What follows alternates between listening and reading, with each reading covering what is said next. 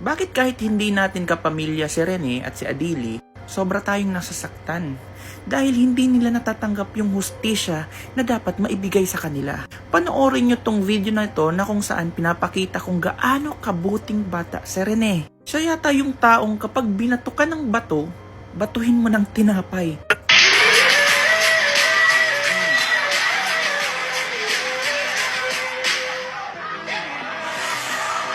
You both go out your way and the vibe is feeling stronger with small turn to a friendship turn to a bond, and that bond will never be broken, the love will never. Grabe no? Grabe yung pananakit sa kanya. Pero tinapak-tapak niya lang. Siguro sinabi niya, dapat hindi mo yung ginawa. Diba kung sobrang napaka-emosyonal ng tao, Diyos, maiiyak ka talaga. Sobrang bait ng tao eh. As in solid, sobrang bait niya. Gusto niya pa ng isa, ito pa isa.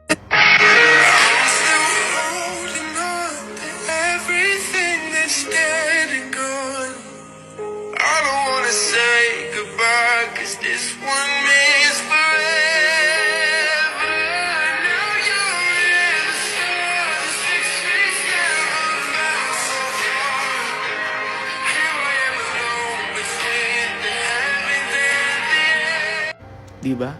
Ultimo mga bata, ina-idolize siya. Nagpapa-autograph sa kanya at nakikiramay sa pagkawala niya. Recognized, as in well-recognized po si Rene sa buong Mindanao at Visayas. Ngayon sana sa Luzon.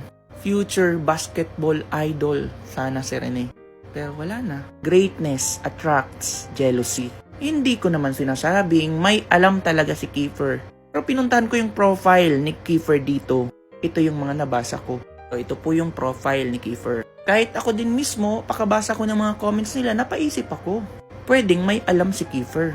Pwedeng may ritual or may rites na ginanap kay Rene, kaya nanghina siya sa dagat, sa training. Iba pa po yung espekulasyon na meron siyang ankle weights, na kaya nakalutang si Kiefer at nailigtas niya yung sarili niya, pero si Rene hindi nakalutang. Sa dalawa, si Rene ang marunong lumangoy. Anong pwedeng partisipasyon ni Kiefer sa pagkamatay ng dalawang athlete players? Ito na nga, siguro may alam siya or isa siya sa gumawa. Anak mayaman lang pero mas ma-appeal at talented si Rene. Magsabi ka na ng totoo, makonsensya ka. Pag di ka kagaling, wag na makipagsabayan sa mas magaling kasi ayaw pasapaw eh. YY Ateneo, syempre coaching staff, tatay ko. Coach po kaya at sikat na coach ang ama ni Kiefer. Ano? Di magsasalita? Ayaw masapawan? Bakit nga po ba nabuo ang spekulasyon na baka ayaw masapawan ni Kiefer kaya siguro possible may alam siya sa nangyari kay Rene? Sinasabi naman ng iba, paano yun maiinggit? Magaling din siya. Ando na po tayo sa magaling, mga ate, mga kuya. Pero kapag merong ibang magagaling na possible mas maging magaling sa'yo, ano ang gagawin mo? Eliminate them. Para mag-stay ka kung ano ang tingin sa'yo ng mga tao. Well, iyan po ay isang spekulasyon lamang. Hindi natin sinasabi na with conviction na may alam talaga siya. Possible lamang po, possible. Baka lang maguluhan kayo. We cannot please everybody, pero lahat naman tayo posibleng magbigay ng ating spekulasyon, allegation, insights, at emosyon. Bakit silent? Actually, nagsalita na siya, di ba? May nakaraang podcast na nagsabi siya na nakaligtas daw siya because nakapaglutang-lutang siya, nakapaglangoy aso daw siya or whatever. Pero hindi siya marunong lumangoy, ah. How come?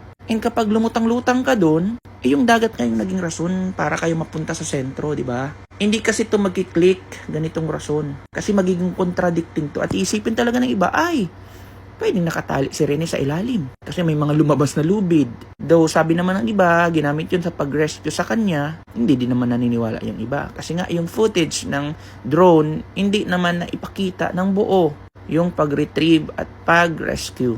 So ito pa, mas gwapo at magaling pa si Rene sa'yo. Number 1 lang yung jersey mo, pero si Rene pa rin ang number 1 ng lahat. Magsabi ka na ng totoo, makonsensya ka. Magdunk ka mag-isa. Yes, mga nagko-comment po yan sa mga video ni Kiefer. Nepo baby. Anong alas? Kulang raw. Kung walang alas, ito, ata mastermind eh. Di po yan sa akin. Klaro, gusto sabihin totoo, ayaw. Naiinggit kasi ayaw malamangan. Feeling, ano feeling na success yung plano? Inggit yarn, konsensya na lang pre.